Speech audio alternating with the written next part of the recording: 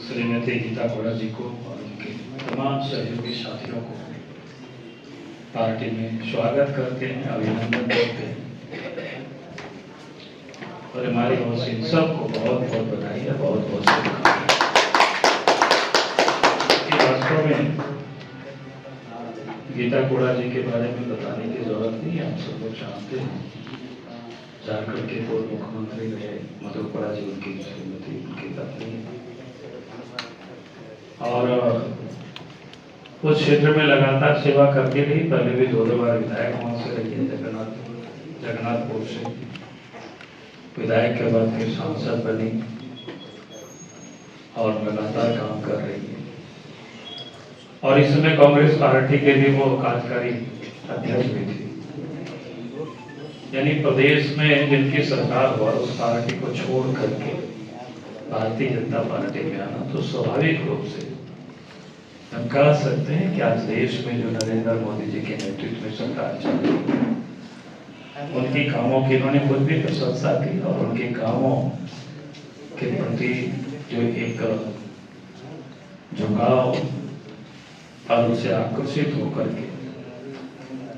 और पार्टी में योगदान करना और फिर पार्टी को मजबूत करने की दिशा में निश्चित रूप से श्रीमती गीता कोड़ा जी के पार्टी में योगदान से कोल्हान प्रमंडल ही नहीं बल्कि संपूर्ण झारखंड प्रदेश में भारतीय जनता पार्टी को एक नई ताकत, एक नई ऊर्जा और जैसे पिछले लोकसभा चुनाव में भारतीय जनता पार्टी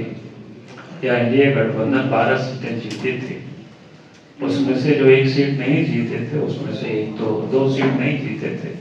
उसमें एक सीट चाहेबास पश्चिम सिंहभूम था और दूसरा राजमहल था। तो अब मैं कह सकता हूं कि निश्चित रूप से आप झारखंड की जो 14 लोकसभा सीटें तो आप भारतीय जनता पार्टी के खाते में आएंगे और मजबूती से हम सब लोग जीत दर्ज करेंगे और देश के प्रधानमंत्री नरेंद्र मोदी जी को झारखंड से 14 लोकसभा सीट हम सब लोग विजय बना करके उनको देंगे। इसमें से और हम ये कहते हैं कि झारखंड के उज्जवल भविष्य को क्या बोलते हैं, उसको निखारने, संवारने को लेकर के जो इन्होंने पूरे संकल्प के साथ पार्टी में आई है, तो उसने कहा कि उसमें उनके मैं स्वागत करता हूं। क्योंकि कांग्रेस पार्टी का अतीत हम सब लोग जानते हैं कि मैंने कई दफा कांग्रेस पार्टी के बारे में भी कहा, तो मैं हर बार करते रहता हूं। और खास करके अगर झारखंड के संदर्भ में भी अगर आप कहें तो आज झारखंड राज्य बने 23 साल हो गया, लेकिन झारखंड राज्य के लिए यहाँ के लोगों ने वर्षों से लड़ाई लड़ी, लेकिन कांग्रेस पार्टी ने कभी भी झारखंडियों का भावनाओं का कभी उन्होंने सम्मान नहीं किया, बल्कि झारखंड आंदोलन के जितने भी नेता प्रणेता रहे, जयपाल सिंह से लेकर तक उन्होंने की हश्र क्या हुआ, कैसे उन्होंने करदा,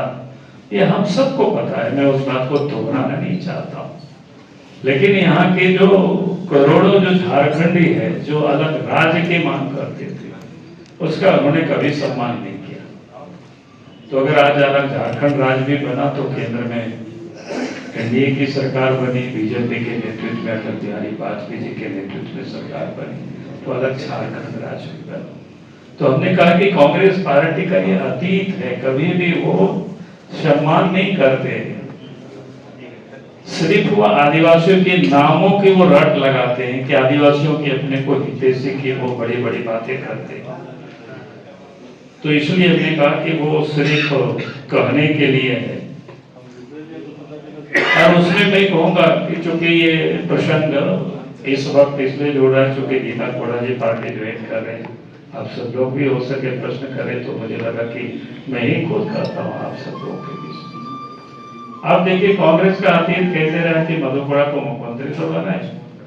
लेकिन उसके बाद उनका क्या हश्र किया वो किसी से छुपा हुआ नहीं। यानी अगर हम उसको कहें कि पूरे मधु के लोगों ने खा किया और कोड़ा खाने के लिए कोड़ा को छोड़ दिया, और इसलिए भी मैं इस बात को कह रहा हूँ कि ऐसा किया इन लोगों ने ये तो आज भी पूरे सब कुछ दस्तावेज है, मेरी जहां तक जानकारी है। जब झारखंड भवन से कई कागजात बरामद हुए थे, वो भी आज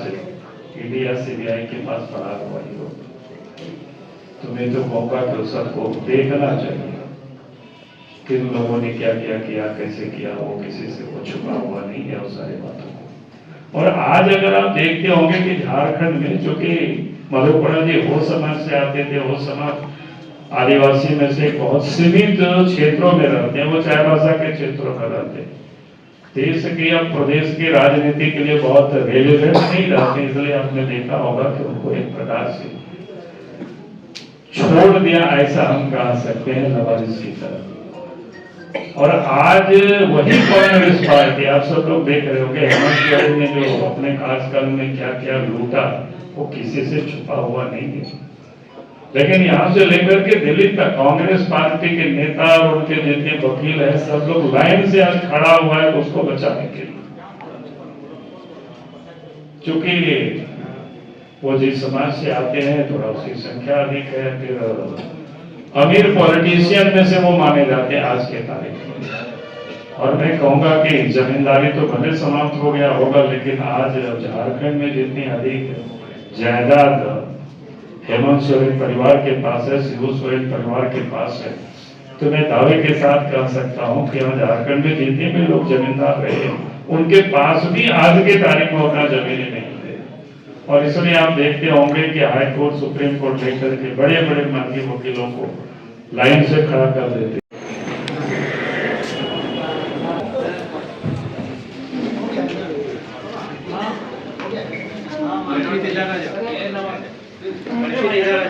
अरे लोगों